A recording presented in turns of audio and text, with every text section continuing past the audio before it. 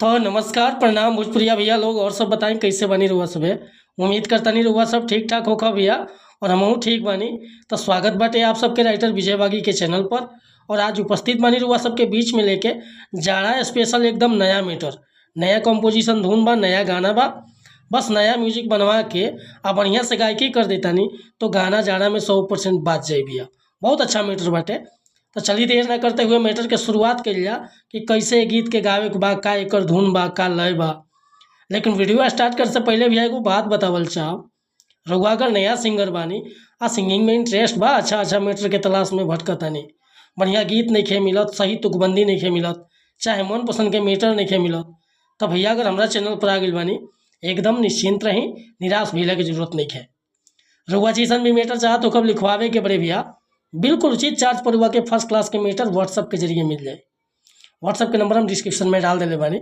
और कहल साहब कि चैनल पर अगर पहली बार आयल बानी तो चैनल के सब्सक्राइब कर ली, बेल आइकन प्रेस कर ली।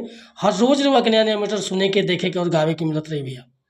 काहे कि हम हर तरह के गाना लिखेला, sad song, love song, orchestra song, रंगदारी सॉन्ग, धोबी गीत, पूर्वी गीत, चाहे सीजनली कोनो प्रकार के गाना रउआ बेहिचक संपर्क कर सकिले। चार्ज लेनी भैया, लेकिन उचित चार्ज लेनी। आ मैटर में कोनो प्रकार के शिकायत ना मिली, रउआ कोनो भी मैटर लिखवाई। तो चलिए आज के मैटर शुरुआत कर कि कैसे गाओ के बाटे। ये जाड़ के महीना चलता, एगो औरती अपना पति से बड़ा भाव में कहतिया कि लागोता ये सैया चोली में पाला, आ बड़ निर्दयी न तोहरा बुझाला। कहो लागोता ये सैया चोली में पाला, बड़ निर्दयी न तोहरा बुझाला। सिहरे बदनिया तनी धलया कवरिया में, आ कोरु के तिल गरमा के लगा दो, लागल बा ठंडा कमरिया में। कोरु के तिल गरमा के लगा दो, लागल बा ठंडा कमरिया में। लागता ये सैया चोली में पाला, बड़ निर्दयी न तुहरा बुझाला।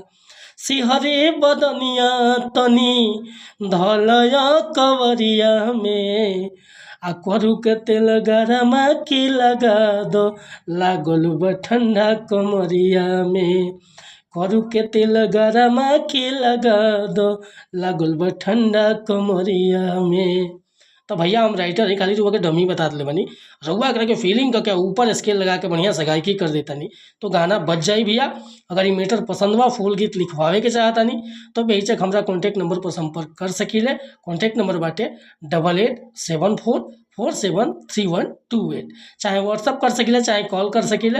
और वीडियो पसंद आए तो लाइक करब, कमेंट करब। आ चैनल पर अगर पहली बार आए हम तो चैनल के सब्सक्राइब करके जाए भैया।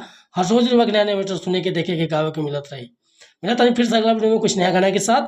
तब तक लनमती चाहता नहीं। नमस्कार प्रणाम धन्यवाद भैया। जय हिंद, जय भारत, जय भोजपुरी समाज।